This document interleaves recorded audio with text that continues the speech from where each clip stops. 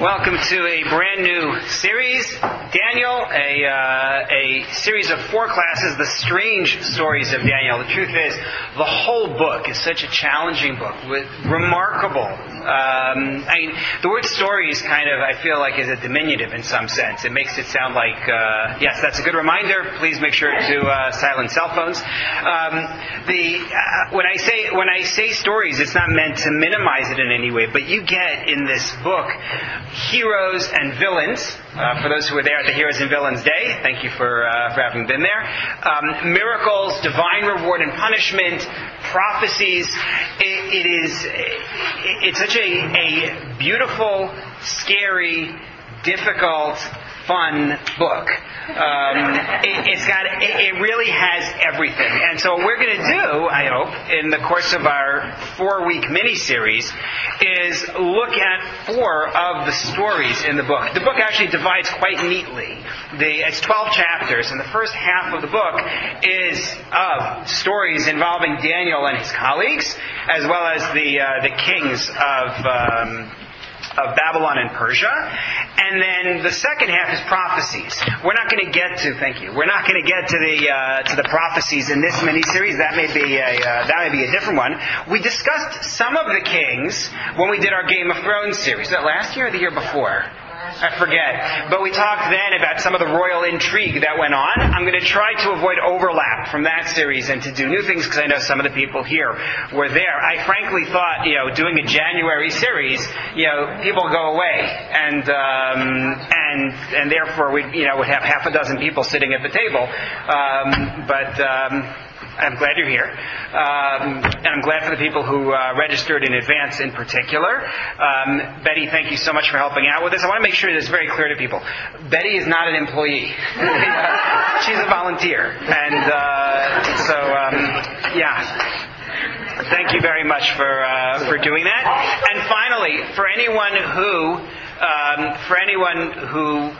is here, please make sure that you get the emails for this. If you registered in advance, then you certainly should have gotten the email for the class. Those who have not been here for a series yet, I try to send out follow-up emails after the class about items that come up that require further discussion, as well as with a link to the recording of the audio from the class, and send an email in advance of the class with the source sheets. So make sure, please, that that I have your email address. If you registered, I have it. If you gave in today, I have it as well. Okay. So I wanted to show you, to begin, source number 1. And then we're going to sort of backtrack to talk about the book of Daniel in general. But I wanted to show you a little bit about the story we're going to see today. This is the story of 3 friends of Daniel. Their Hebrew names are Hananiah, Mishael, and Azariah. You may know them by 3 Babylonian names that were given to them. Anyone know? Right. Shadrach, Meshach, and Abednego. For those who are familiar with the song, those are Hananiah, Mishael, and Azariah. We'll talk about how they got those names. They are colleagues of Daniel. Daniel himself is not going to figure in this story that we're going to see today. Don't worry, we'll see plenty of him in the weeks 2, 3, and 4. But in this story, in brief, Hananiah, Mishael, and Azariah are going to be thrown into a fiery furnace because they refuse to bow down to some form of molten image statue created by Babylonian King Nebuchadnezzar. And obviously there's a lot of backstory to that. But that key decision that they make, that they're not going to bow, but instead they're going to be thrown into the furnace, is analyzed by the Talmud in source number 1, with a fascinating passage. What did Hananiah, Mishael, and Azariah see, such that they gave themselves to the fiery furnace for the sanctity of the name? They decided they're going to sanctify God's name, and so they decided they're not going to bow, and instead they'll let themselves be killed, or they thought they were going to be killed. What made them decide to do this? Now, the authors of this passage in the Talmud did not speak to Hananiah, Mishael, and Azariah. The story of Hananiah, Mishael, and Azariah takes place, according to the standard historical count, somewhere in the 6th century before the Common Era, which is roughly 600 years or so before this passage is drafted in the Talmud, give or take a century, because what's a century between friends? So they were asking the question, what would have motivated Hananiah, Mishael, and Azariah to do this? Without knowing them, without having interacted with them, the text doesn't give us what's going on in their head. But what would have led them to martyr themselves? They deduced from the frogs to themselves. What frogs? We're talking the frogs of the plague in Egypt. Right, those frogs. Those frogs, we are going to find out here, did not simply hop around Egypt, croak, and annoy people, but they actually jumped into the ovens of the Egyptians. Take a look. The frogs were not commanded regarding the sanctity of the name. They're just frogs. They have no mitzvot. They have no commandments. But the text in the Torah says that Pharaoh is warned, they will ascend into your house and your ovens and your dough. Yeah, you don't think about that when you hear that story in day school or in Hebrew school. They don't emphasize that, but it's true. The text says in the Hebrew, "Uvetanurecha," in your tanurim, in your ovens. The frogs are, as the song goes, everywhere. And not only that, lest you say it's when the oven is off, they say no. Because it says, Uvetanurecha uvmisharotecha. Misharotecha is a reference to the dough that's being made into bread. When is dough beside the oven? When the oven is hot. So Hananiah, Mishael, and Azariah said to themselves, the frogs did it. They don't have any such mitzvah. They did it anyway. We are commanded regarding the sanctity of God's name. How much more so? So what this passage does is it establishes a mandate for martyrdom, a record of martyrdom, and it becomes very important for Jews down through the ages. Because unfortunately, we have at various times been faced with exactly this choice. The question of how far will we go in the name of Judaism? How far will we go in the name of God? And whether you're talking about Hananiah, Mishael, and Azariah and the Babylonians, or whether you're talking about Jews during the time when the Romans lay siege to Jerusalem and destroyed the temple, or whether you're talking about during the period of the Crusades, or the Inquisition, or fast forward Holocaust, right? In between you can throw in Khmelnytsky. Over and over again, Jews have faced this question. How far are you willing to go? And this passage in the Talmud becomes really important, but I'll show you a modern example in source number 2. From a paper, Hananiah, Mishael, and Azariah in the fiery furnace, parentheses, the Daniel Spiel. This is from a journal of Yiddish studies. Hananiah, Mishael, and Azariah in the fiery furnace, or the Daniel Spiel for short, is a translation from Yiddish of excerpts from a Purim Spiel, Purim play in Bavavar Yiddish, performed by the Bavavar Hasidim in their old Beit Midrash on 48th Street, Borough Park, Brooklyn. Presented here are scenes 2, 5, 6, and 7 of the original 7 scenes. Meaning, there is a play that they put on in the Bavav community, and at the time of this, that it was witnessed here, it was an annual presentation telling the story of Hananiah, Mishael, and Azariah being thrown into the furnace. It was called, for short, the Daniel Spiel. Spiel is a play, a skit. The Bavavar Hasidim are a community of Holocaust survivors, and their descendants established in Borough Park, Brooklyn, under the leadership of the late Bavavar Rebbe, Rabbi Shlomo Halberstam, after the Second World War. The Bavavar Hasidim appropriated the traditional Eastern European Purim Spiel, right, the practice of putting on a performance of some kind on Purim as part of the celebration. They took that and elevated it to a major event in their celebration of Purim. The Bavavar believed that the Spiel is a powerful and evocative performance capable of opening the gates of heaven before their Rebbe, where he can intervene before God on behalf of his followers. For the Bavavar, the Daniel Spiel is such a Spiel. In the center of the Daniel Spiel is the survival of Hananiah, Mishael, and Azariah and Daniel from the attempts by Nebuchadnezzar to convert them. In other words, every year, and there's a picture, if you go to the website, I gave you the link there, so you can just click on it for those who have the digital version of this, you can see pictures. They put on a performance with everybody, the whole community, children and so on, are there watching this performance, in which you witness Nebuchadnezzar, the Babylonian king, attempting to convert, essentially, Daniel as well as his 3 friends and their refusal and how God saves them.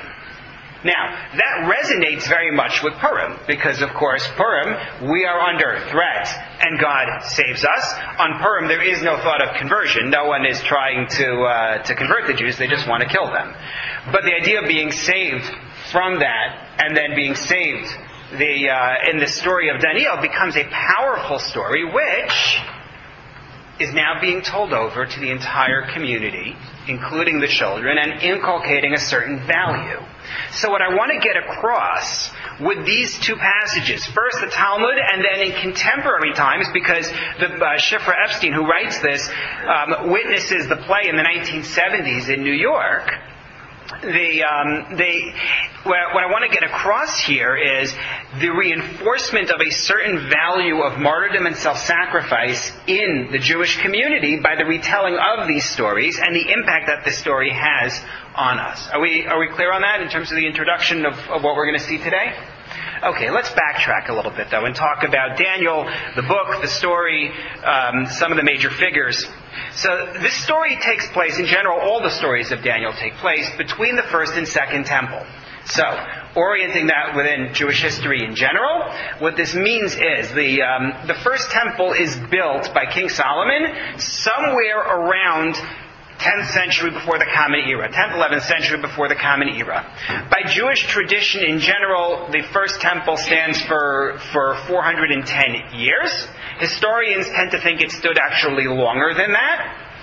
But it lasts until 586 before the Common Era, according to the secular historical count.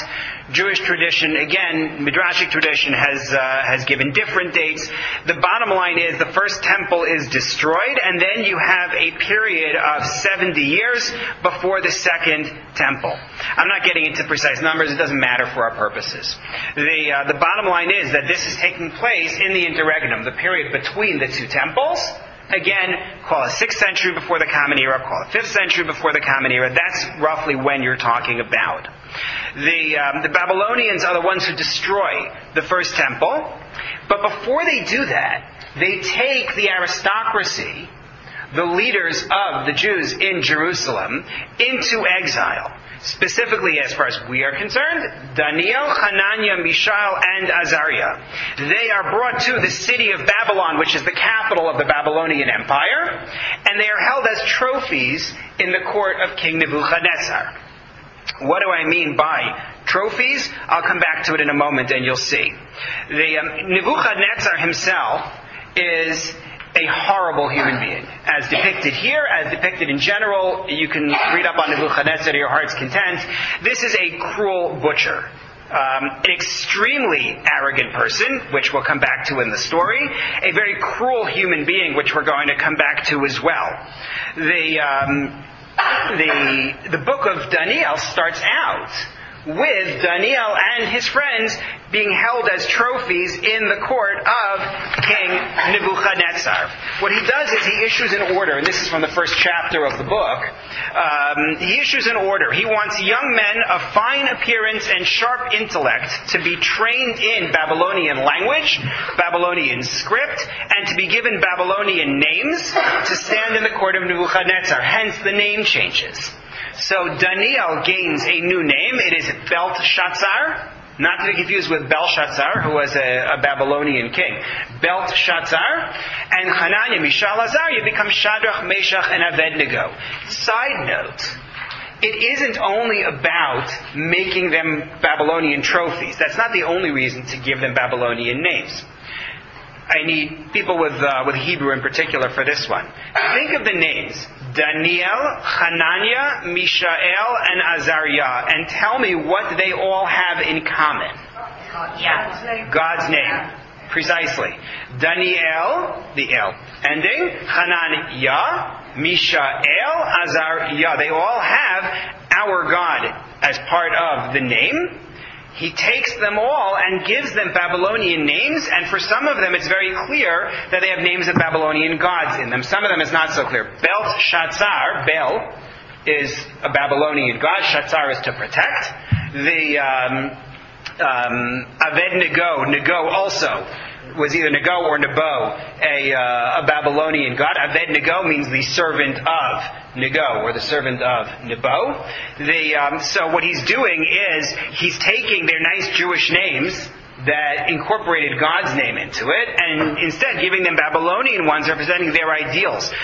But they're going to be trained in the Babylonian language. They have to be fed scraps from the king's table.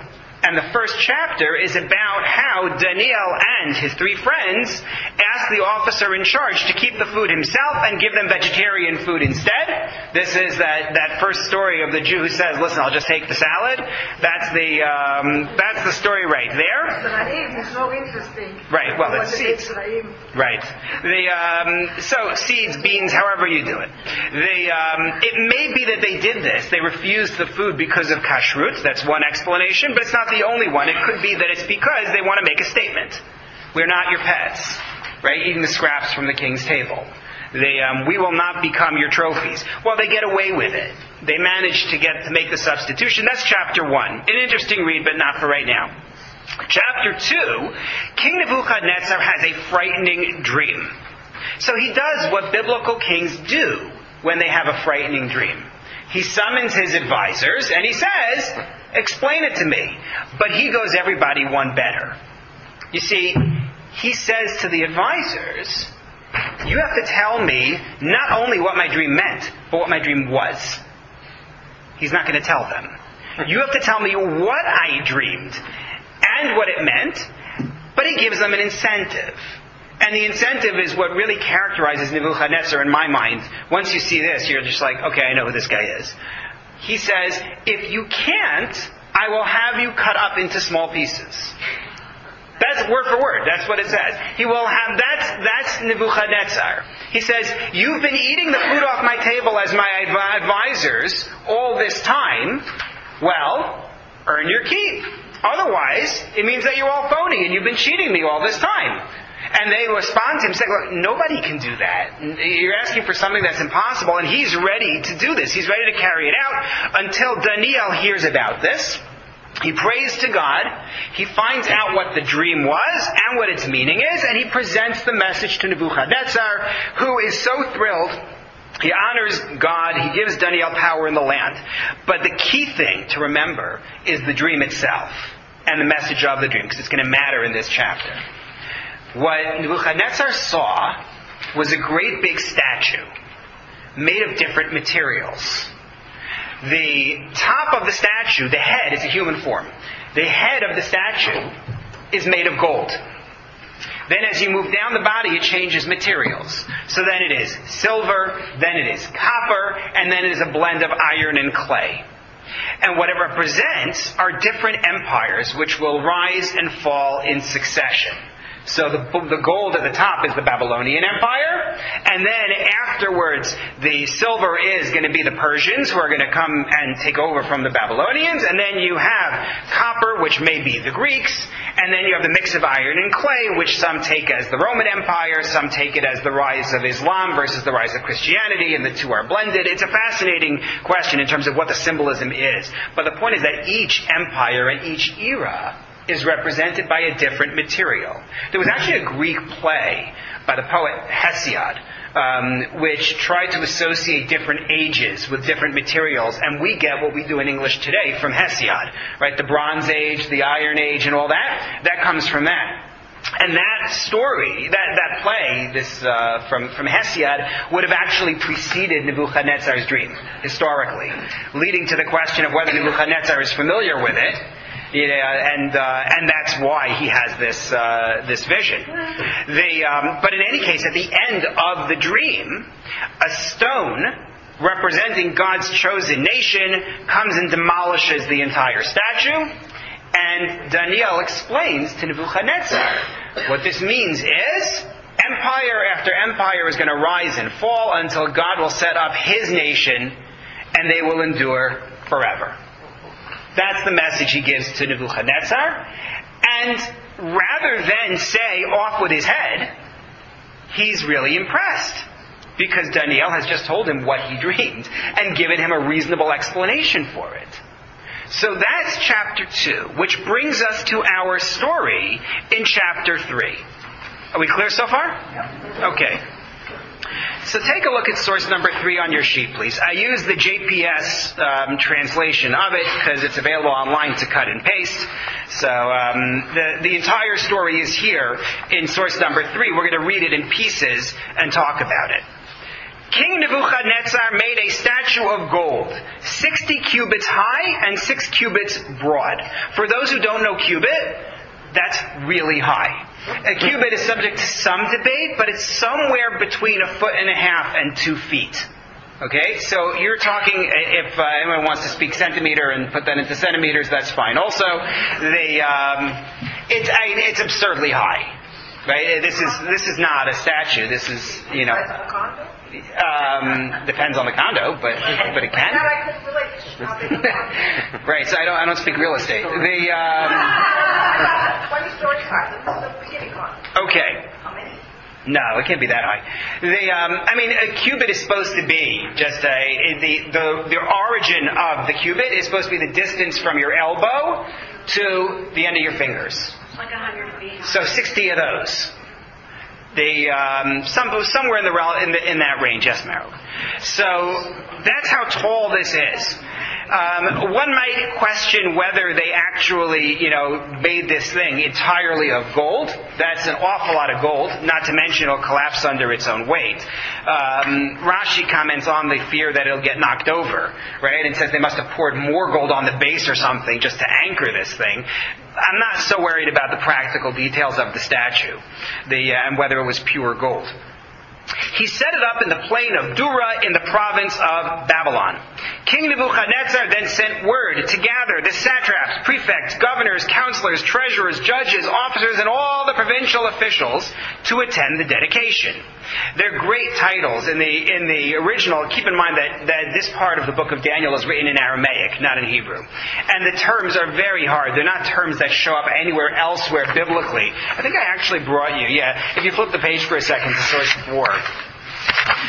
The commentators try to figure out the meaning of all the different titles, which JPS has given you a translation for. Rabbi Avram ibn Ezra, writing in the 11th century, in source number 4, starts out giving you explanations. He says, Akash dar panim, which is one of the words.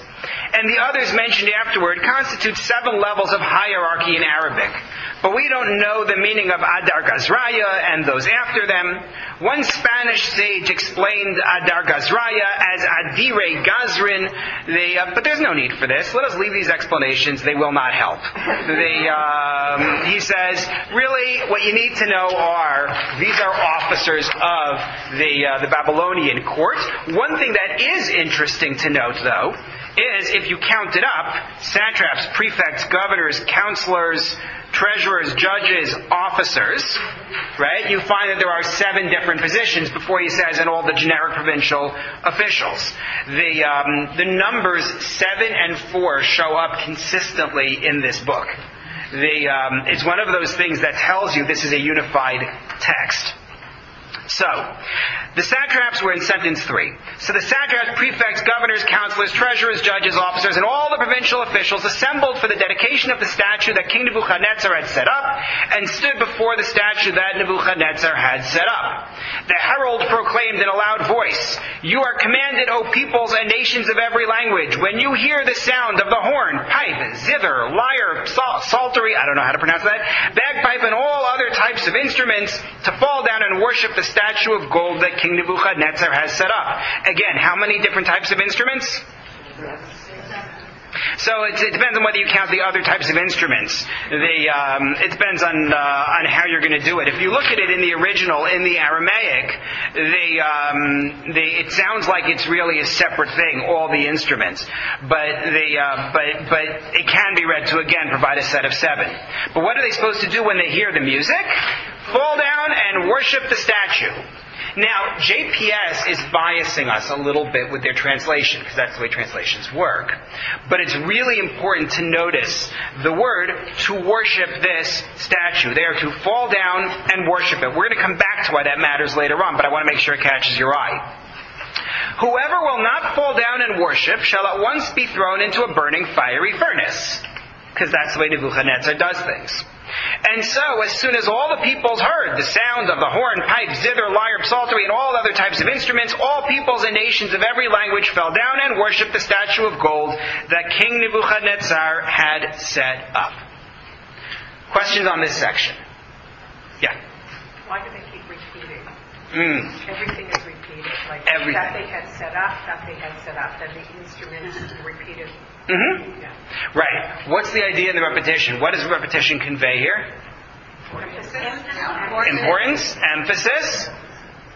What else? All true. But what else?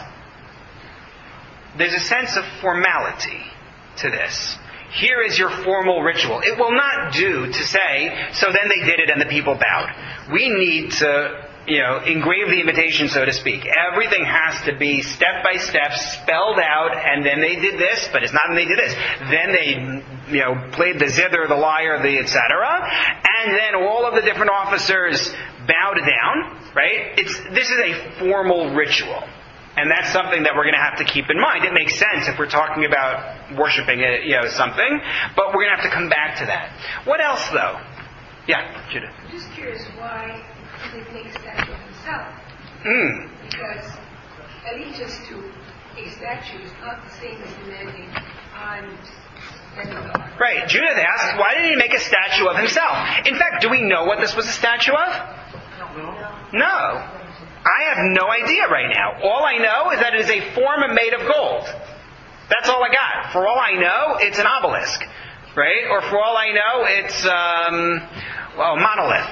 Right? 2001? Sorry? We know how big it is. We know how big it is, right. But we don't know anything about the shape. I mean, we're not given any information. Which leads me to wonder if the information matters. Right? You're giving me so much detail. You're telling me the heights. You're telling me all about your instruments. Why are you not telling me what this looks like?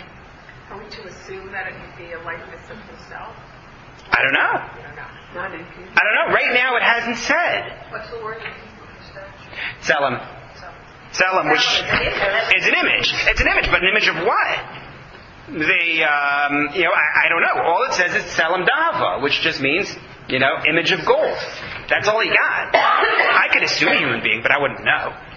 But he says to fall down. Well, it's an image of some kind of, if it's not a god, then it's supposed to represent a god. Maybe, because they're falling down and worshiping in front of it. Makes it sound like that, right? All right, let's go a little further. I have a question. Yeah. In the modern world, I can't think of many fiery furnaces that are just sort of sitting around handy, that are big enough to hold people. Do we know anything about that? Right, so let's get to the furnace. We're not there yet. We're getting there. So number 8. Seizing the occasion, certain Chaldeans came forward to slander the Jews. You have to know, Chaldeans don't like Jews. They, yeah, I know, get in line. The Chaldeans, the Kasdim as they're known, are the people from whose land Abram first left. He was from Ur-Kasdim. But more recently, in the book of Daniel, this was a principal group among the advisors of Nebuchadnezzar who couldn't explain the dream. And so on the one hand, Daniel saved their skin, right? Which of course, people who don't like Jews always appreciate, right? The fact that now they're indebted to him. But he also made them look bad. So the Chaldeans have reason to try to cause us trouble. So what did they do? They came forward to slander the Jews. They spoke up and said to King Nebuchadnezzar, "O king, live forever," which is always where you start addressing Nebuchadnezzar.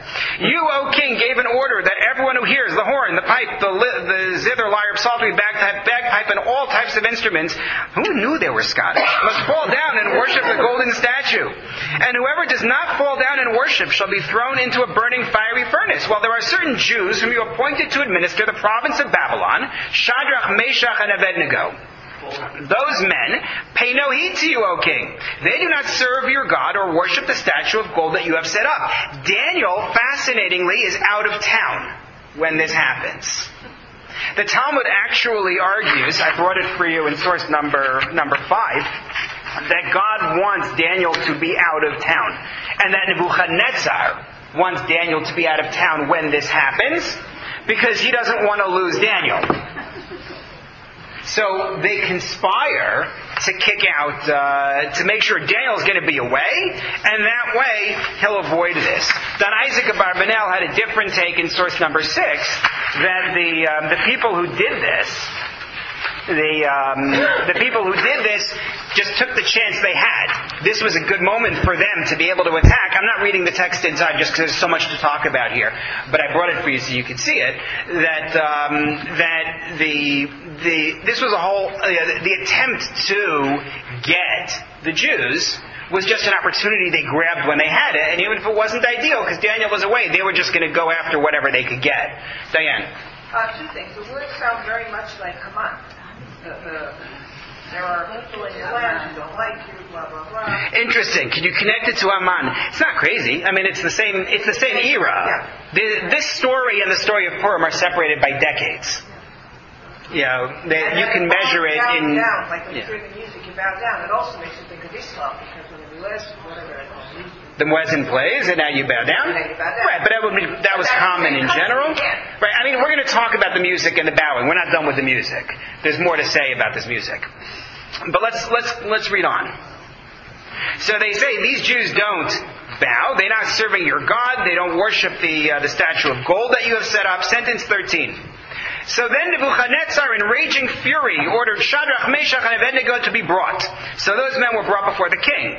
Nebuchadnezzar spoke to them and said, "Is it true, Shadrach, Meshach, and Abednego, that you do not serve my God or worship the statue of gold that I have set up? Now if you are ready to fall down and worship the statue that I have made when you hear the sound of ... then well and good. But if you will not worship, you shall at once be thrown into a burning fiery furnace. And what God is there that can save you from my power? Good luck."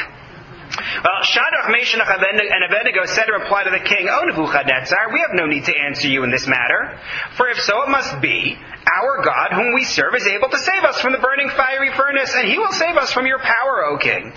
But even if he doesn't, be it known to you, O king, that we will not serve your God or worship the statue of gold that you have set up." It isn't even like, give me 3 days, right? It's, sorry. You know, God will save us, and if God doesn't save us, that doesn't mean anything. That's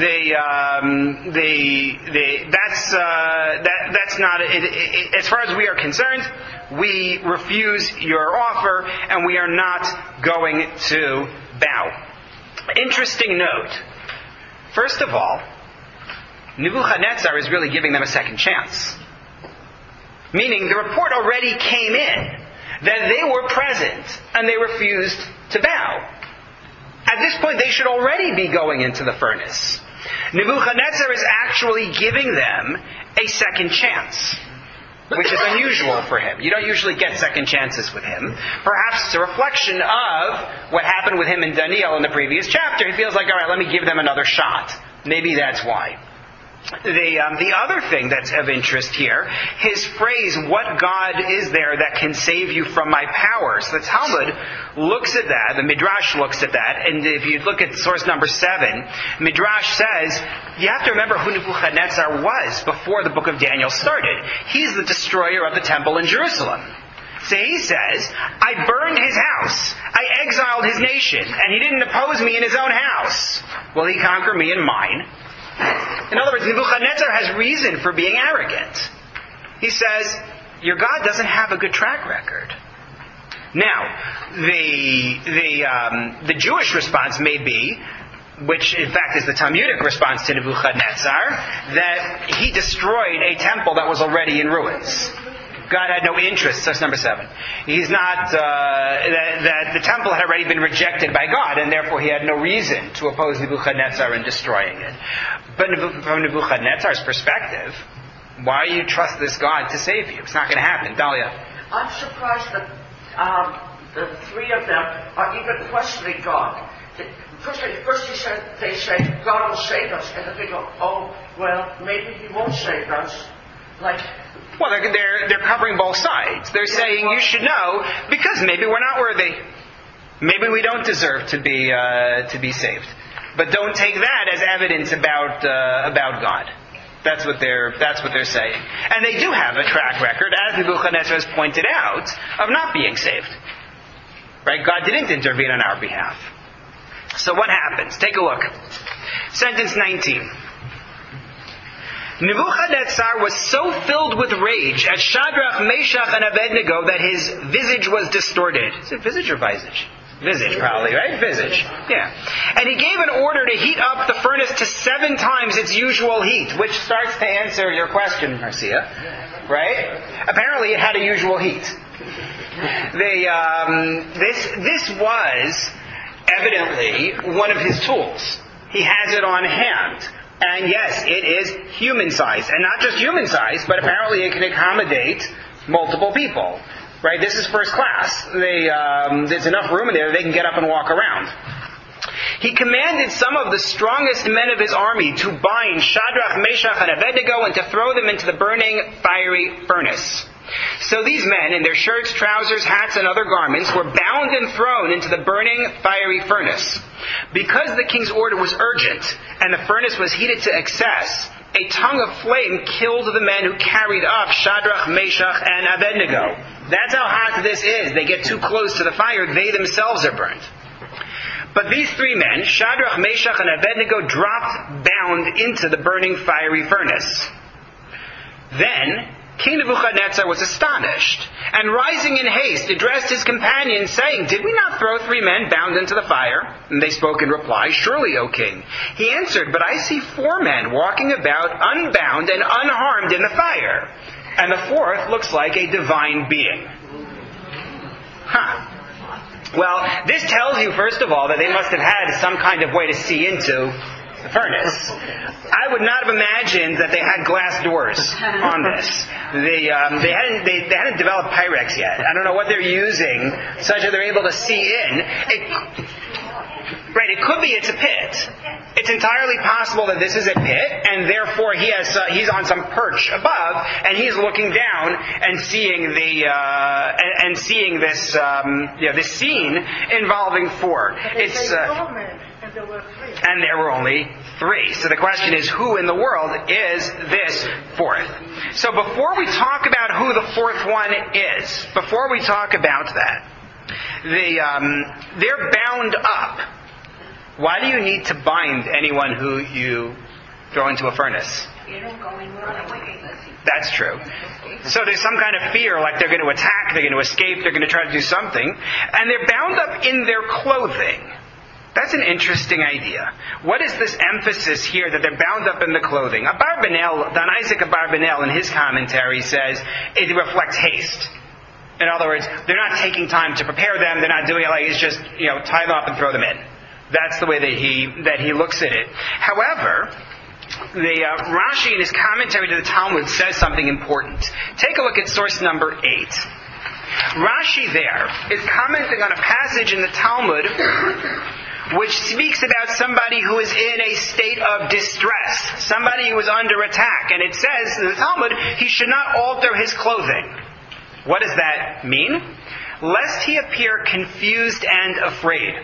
Let his foes be ashamed before him. In other words, they insist on going in full regalia.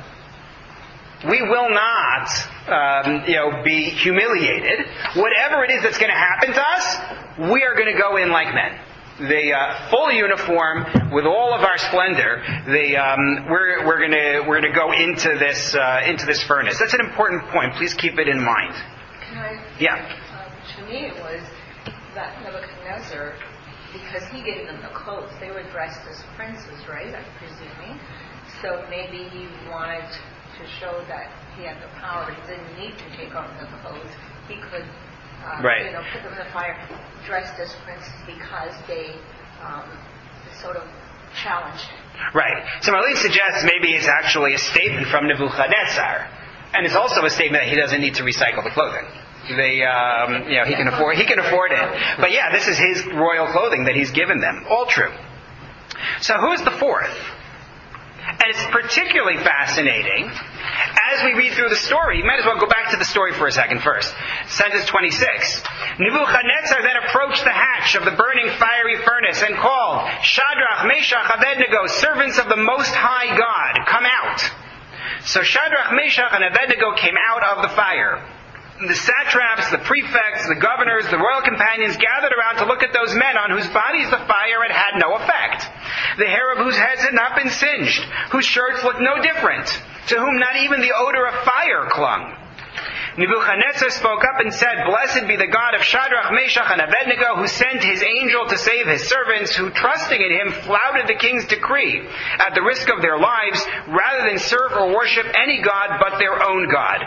I hereby give an order that anyone of any people or nation of whatever language who blasphemes the God of Shadrach, Meshach, and Abednego shall be torn limb from limb, his house, because that's what he does, and his house confiscated, for there is no other God who is able to save in this way." And thereupon the king promoted Shadrach, Meshach, and Abednego in the province of Babylon. Where'd the fourth guy go? So the question is, what in the world is this? So the Talmud picks up on Nebuchadnezzar's language. Nebuchadnezzar said that God sent his angel. So if you flip now back to source number 9, the Talmud says that there were actually 2 angels that wanted to do this. First was Yorkamu, the agent of hail, stood before God and said, "Master of the universe, I will descend and chill the furnace and save the righteous from the fiery furnace." And then Gabriel said to him, "God's might is not thus. You are the agent of hail. All know that water extinguishes fire. I am the agent of fire. I will cool it from inside and heat it outside. A miracle within a miracle." Right. What is this about? What is this about? Yeah. What it's about here is there's something more going on.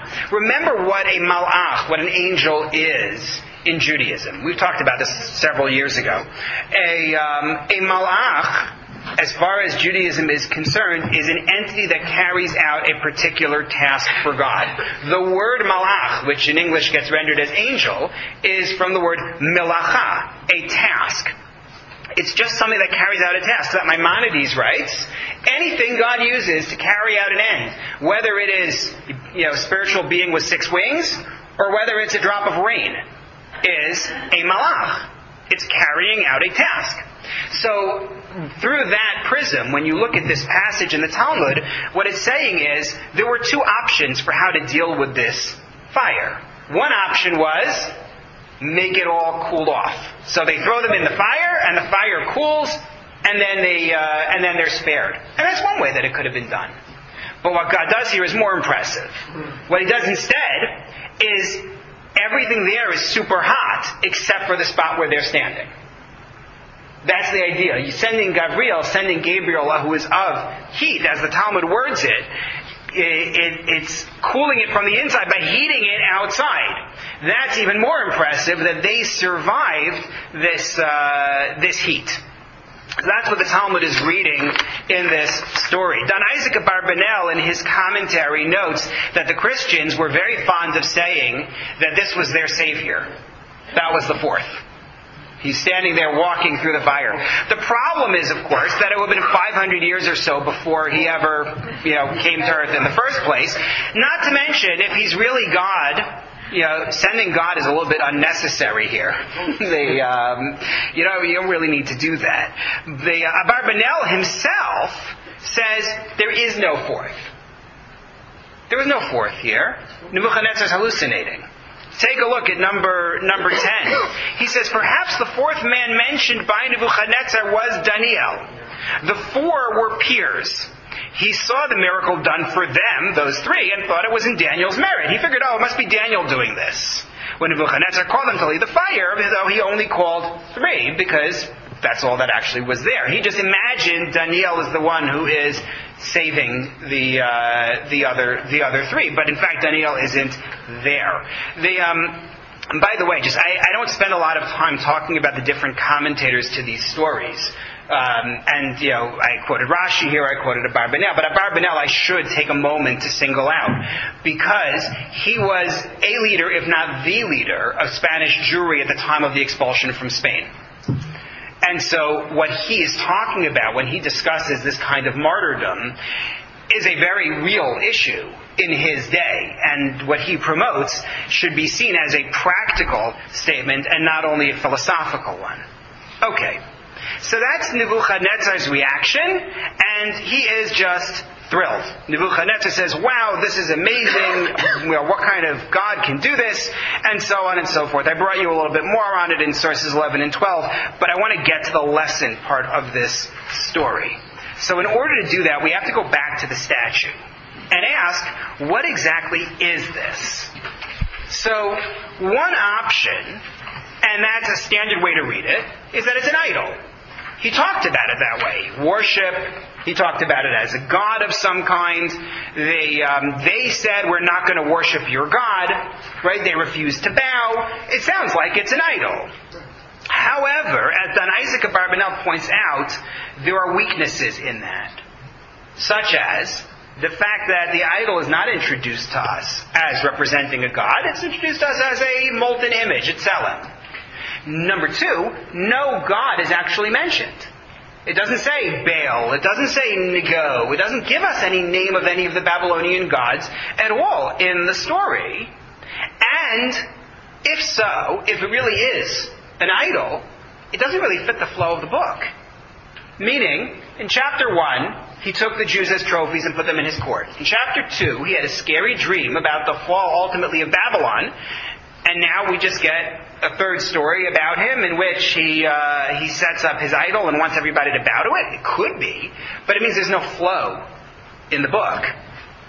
So a second school of thought is that it's actually a statue in honor of Nebuchadnezzar himself. It's not about an idol. It's about King Nebuchadnezzar.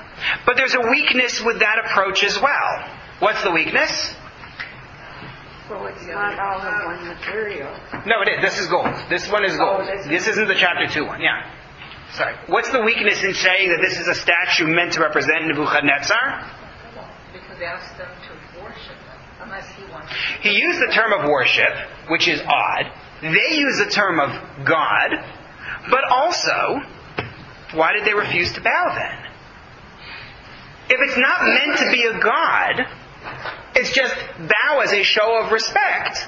So bow as a show of respect. What do you lose? It's not a big deal. Doesn't Marilyn. the dream depict the gold as being him? So the gold is Babylon. Hold that thought, Marilyn. Hold that thought, because we're going to come back to that. It's a very important point. Just, I'm not quite ready. Take a look first. Did I bring it on here? Or maybe I didn't bring it. I thought I did. No, I must have trusted myself to say it outside of the text. Okay. But I'll explain it. There actually is a passage in the Talmud which expresses both sides. And I really thought I had brought it on the sheet, but I see that I skipped it on the sheet. But it's a passage in the Talmud in the volume called Psachim, which expresses both points of the passage in the Talmud is the story that we had about the frogs. Tosfot is an anthology of commentaries to the Talmud, written in the 12th and 13th centuries.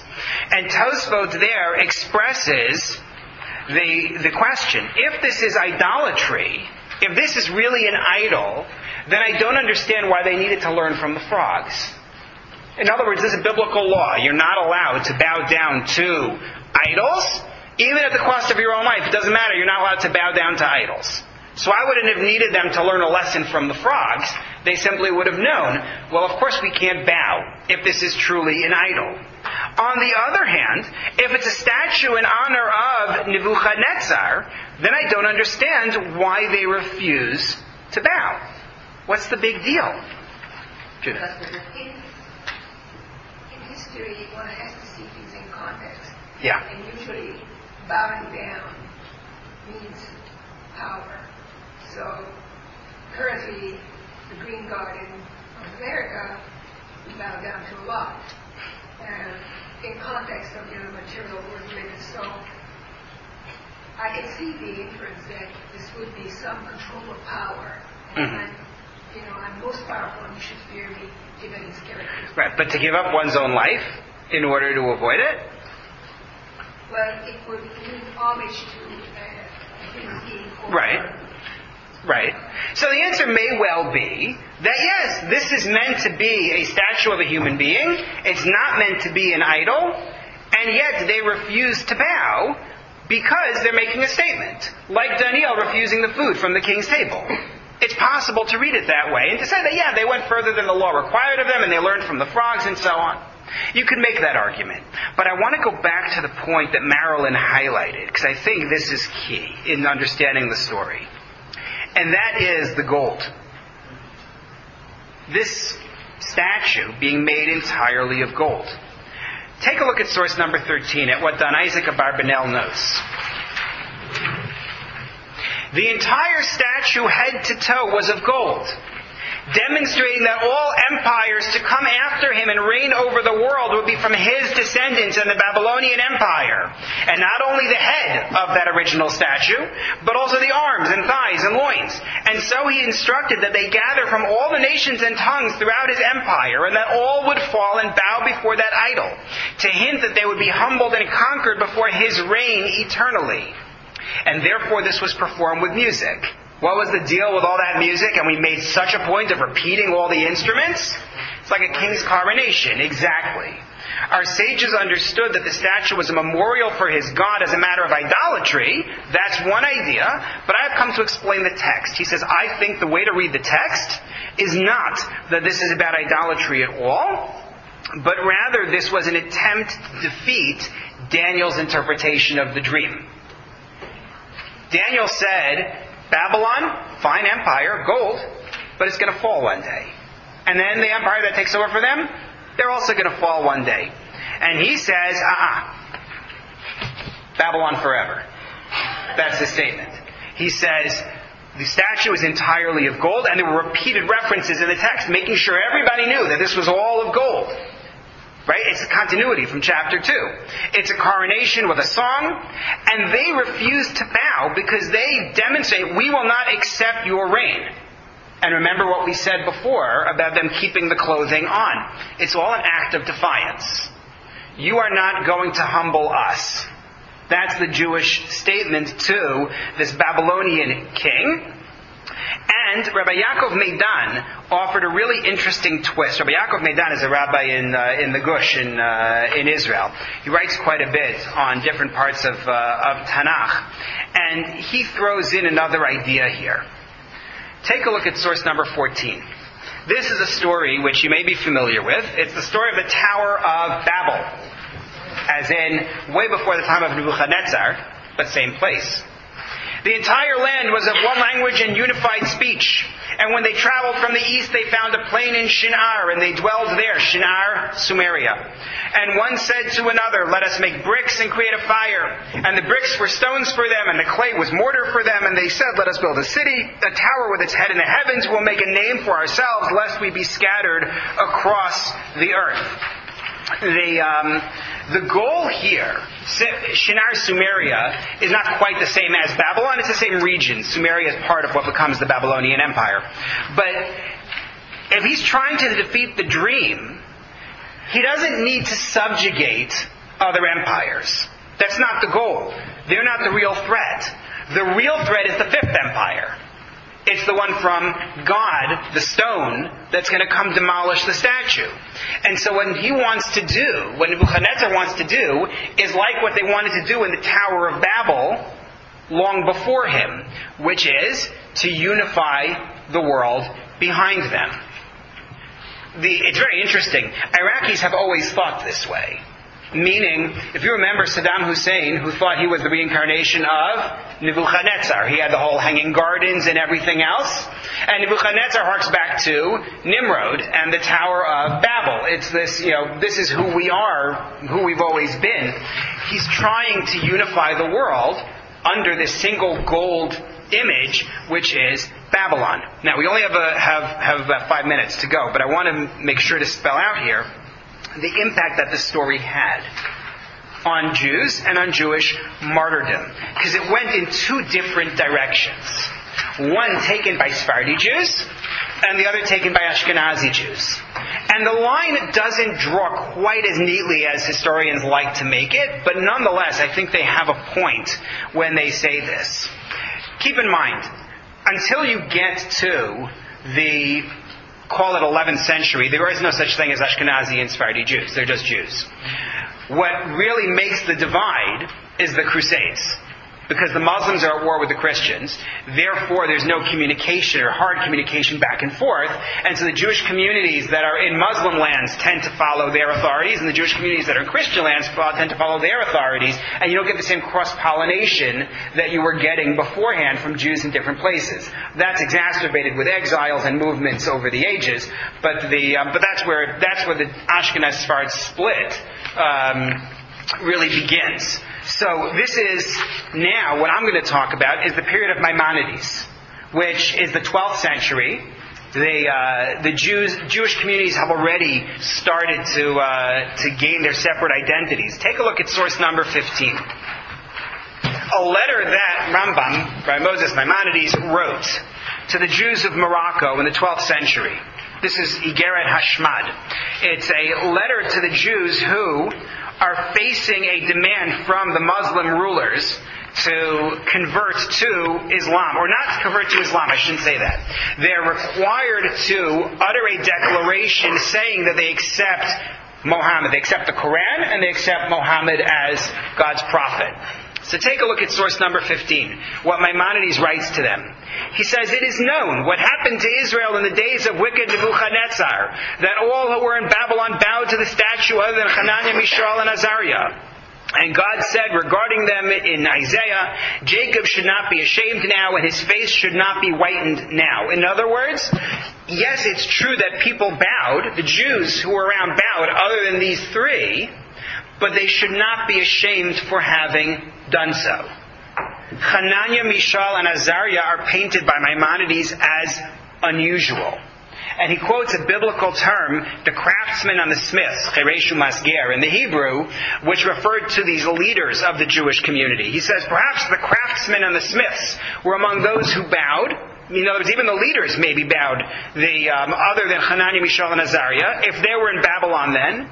But we have never seen anyone who called them wicked or non-Jews or invalid as witnesses. God did not assign to them guilt as idolaters because they were forced. And he quotes you a passage in the Talmud from the story of Purim as well. In other words, what Maimonides writes to the Jews of Morocco is, Hananiah, Mishael, and Azariah were standouts.